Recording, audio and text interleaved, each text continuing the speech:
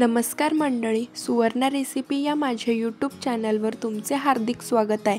सणासुदीच्या दिवसात आपल्याला घरच्या घरी काहीतरी खमंग आणि चविष्ट गोड पदार्थ करायची उत्सुकता असते। लाडू म्हणजे तर प्रत्येक घरातील खास गोड पदार्थ।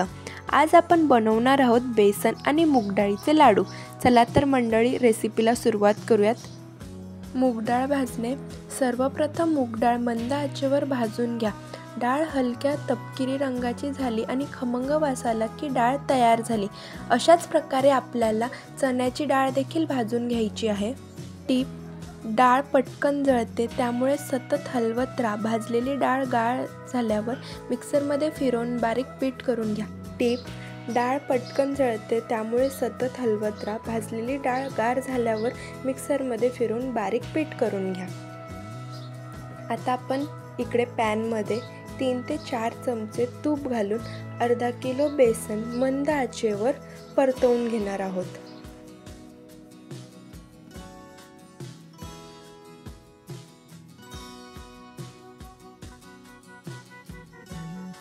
बेसन हे आपल्याला खमंग वास देईपर्यंत आणि दाणेदार होईपर्यंत परतून घ्यायचं आहे।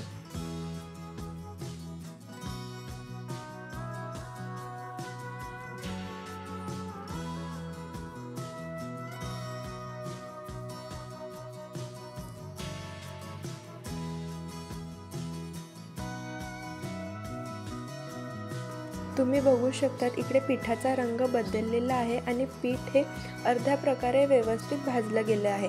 अशाच प्रकारे आपल्याला ते भाजून घ्यायचं आहे। ते थोडंसं कोरडं वाटत असेल तर तुम्ही त्यात अजून 2 ते 3 चमचे तूप टाकून ते पुन्हा एकदा व्यवस्थित परतवून घेऊ शकतात।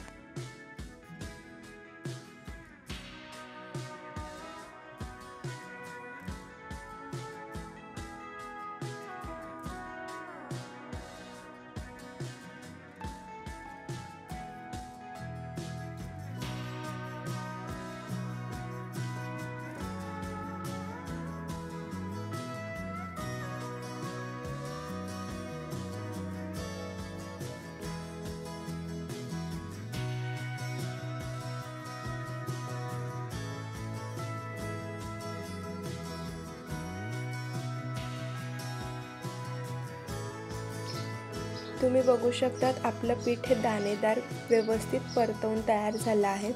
ह्याच्यात एक गोष्ट लक्षात ठेवायची आहे, जर बेसन नीट परतलं नाही तर लाडूंना कच्चा स्वाद येतो।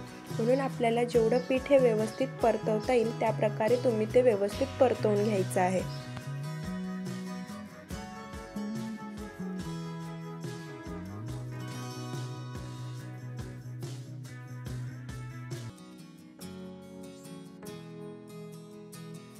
पीठ परतवून झाल्यानंतर आपण ते एका प्लेटमध्ये काढून घेऊयात।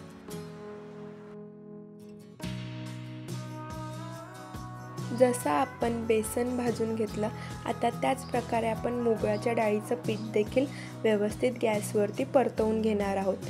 ज्या प्रकारे आपण चण्याचं पीठ म्हणजेच बेसन हे गॅसवरती परतलं दाणेदार होईपर्यंत, त्याच प्रकारे आपल्याला हे पीठ देखील परतवून घ्यायचं आहे।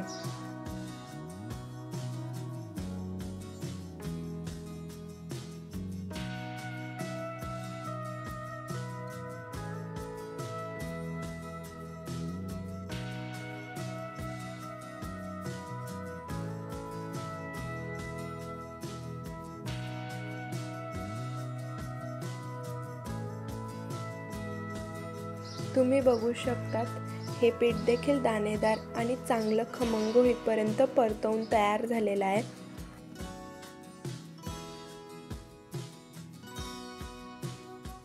आता आपण हे पीठ देखील त्या पिठामध्ये काढून घेऊयात। तर त्याच पॅनमध्ये 2 चमचे तूप घेऊन 1 वाटी रवा परतवून घ्यायचा आहे।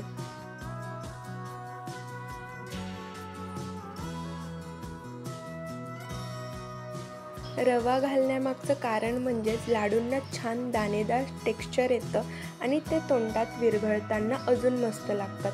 म्हणून आपण त्यात 1 लहान वाटी रवा भाजून परतवून आपण त्या लाडूंमध्ये टाकत असतो।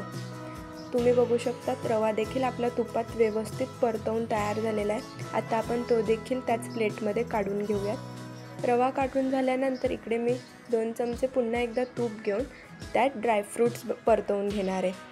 ड्रायफ्रूट्समध्ये इकडे मी काजू आणि बदाम या 2च गोष्टींचा उपयोग केलेला आहे. तुम्हाला हवं असेल तर तुम्ही तुमच्या आवडीनुसार दुसरे ड्रायफ्रूट्स देखील ॲड करू शकतात.